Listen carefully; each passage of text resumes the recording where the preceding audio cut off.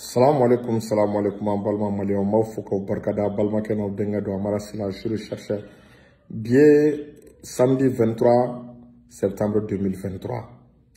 Balma nouvelle folo oui mali armée timindo terroriste la lere. Otemelengo ambe conseil do di Shana Takio ani Umar Marko ambe conseil do duma bonyani karama konala. Donc, nous ne pouvons pas un sujet nous mena développer amara sila fait sur chercheur. Donc, balmo ka ina fa ka vidéo partager avec 21 avec clé ça va en rombo est-ce qu'il y a Mali armée yé dimindo terroriste là. Les aba kalama ka fo yanga armée Janfa bora Mauritanie mais est-ce qu'il y a famu sokono djugu wera fana Janfa ke mais ante anda do ala kosobe quoi. Mauritanie nga janfa man sinsio ka ore a to kosobe nin dimindo na ani sengoro jugudo ka janfa donc balmo stratégie la mais on a tauta armée pour do terroriste la ay borontole douka sema ka mo munu sara ay mi madugo kuma la ka plus de 200 personnes les terroristes la sema yo mo perdre ka 200 personnes ore stratégie la balmo iba e ka fo 21 armée communiqué do ga balmo iba ye Mali armée de embuscade da terroriste nye terroriste munu ye bamba ka tia ke ka fali ke lere balmo nga force spéciale be patrouille la sous konala balmo we terroriste temato e ka embuscade da yen balmo e chat mon ko fole no yongo e chaw karla yongo na kongo kono balmo Mali armée ye borontoli siri terroriste la wallahi balmo ubulla ko ka minanto lere anga force spéciale anga tcheduma balmo on est terroriste karla yona lere balmo ta jango la kalio ni victoire me flega ke jamais été ne me rafida été ne me France 24 da an jugula mo été nunu me anga ne victoire no été nunu mudaw à peu près terroriste boronto ku ka marfa munula lere ni gara le 21 récemment. Donc il va être un diminué, un cas mobile détruit, un marfau génie, est-ce qu'il y a bon?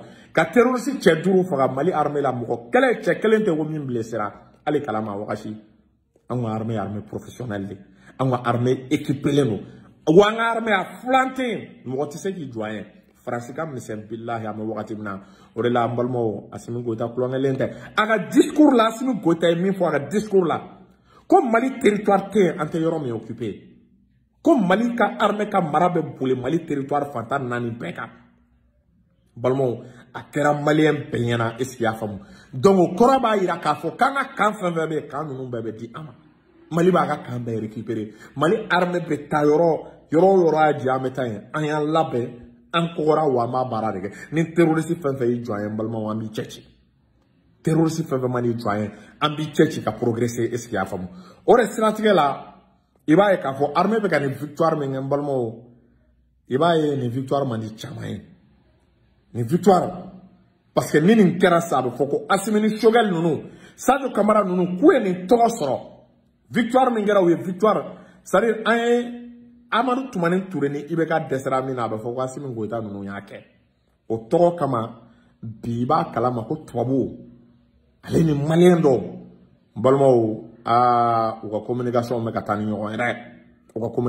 communication me katani ñoy bi nebe jigi esia famu anga mo fla la Mali cheba fla nega boya bu yoro antu doya sari amseka ke soit flido ou bien soit esia famu anta do be la yini mongo et am balma ko Marco balmo de tout le temps Marco iba ye kafo alebe sarasu soutenir 2012 balmo soutenir te Marco Maminda sarasuka ayana ka chedo kana ye bi Omar Marco kelen obeka sarasuka bara gelea bulu obeka communication ke mimbe sarasuka bara gelea bulu balmo ne filla Omar Marco mare ne tado ay Marco mindon l'intègre ay Marco mindon est-ce ya famo vraiment de tout le temps il est opposé à la France. On sonne Marco, mais est-ce que Marco Kele n'est né? O Marco Kele n'est petit, c'est que tu vas bouger chaîne na. Ka kuma fo kuma mi manga armée la gauche. Ka awa armée ni sema dans est-ce qu'il y a femme? Ko ya deux groupes armés. Est-ce qu'il y a femme? Est-ce que Mali armée ni SEMA ka comparer yona? Akanga fo SEMA mare. Les terroristes de la SEMA. Qu'il y a deux armées qui s'affrontent. Est-ce que jamana, est-ce que on a armée kuturu da ni SEMA ka armée ko luka kele. Ko on est qu'elle déclenché. Ka klaga ira tourner. Est-ce qu'il y a famu ko ankan ka kele bla. Ko ka kele yongiri ko ka kesi ka foy. Ame Umar Marko yinengao kabri ka le to an kabra mata tungala. Mais comment je me ama min fo terroriste ma moye. Siga fo je me ama min fo accord d'Alger makewa. 2012 make Umar Marko era ngana wa. Umar Marko era mata yara gali rencontrer est-ce que ana sera ka ben ou sera ka ben fo la wa. A ko Umar Marko be kana kuma fo vraiment ne ma Umar Marko famu ne ma famu bi ma famu sini parce que kaye aramaden iba don aman kuma chiko do muna parce que ni aramaden ni don do nya jamana e ikanga kuma tigima avec respect et considération mais kanaye Omar Marko ko beni saka vraiment ne ben yera yinga ambe koro min don est-ce ya famu anta do vraiment mune be ka bla ni kuma nuna ali mura attaque la Omar Marko boraka min fo quand Wagner bolo be ñoxom bolo quand meka exaction et quand meka bi population civile ka ah ça de Omar Marko ameka flama Omar Marko mi aya soutenu coup d'état là ameka flama vraiment ameka flama o temelengo ka fo anga mogo do fene no yan koroke do no shana takiyo vraiment aka ne be conseil dama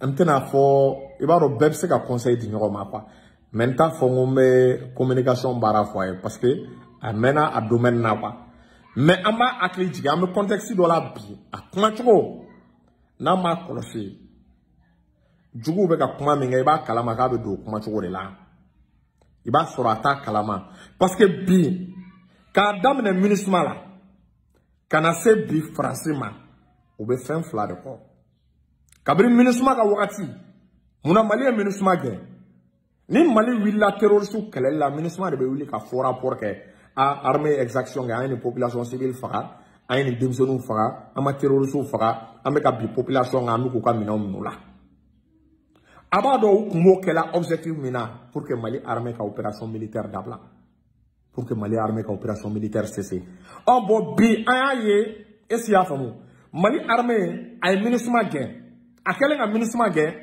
en cas de cami récupérer seulement de Bekataka quand tu dis Mali armée ma. Joint qu'elle est déclenchée. On chana et analyse la ni et ma seka ya. Ko seulement de qu'elle est déclenchée et beka cesser le feu de fort. Aman yera yinga est-ce que koyi situation est à famu ya. Est-ce que situation est parce que tu vas vous la yini mina. Ni mi kolosi iga raisonnement iba e kafo abta osira de ka. Parce que tu vas vous faire bi ani ministre opération militaire ka jon. Oh bon, bi Mali armée peut quand récupérer. Ni eko ka cesser le feu que, e ka cesser le feu. Akoro, on m'a fait ka don wa akoro ede Mali armée kana kidal kan récupérer. Akoro Mali armée binim mega kan ngana yere défend. Sema ira ka fo lere alele nana ka attaque ka klagata. Donc anga sigi ko le o kana anga kan attaque.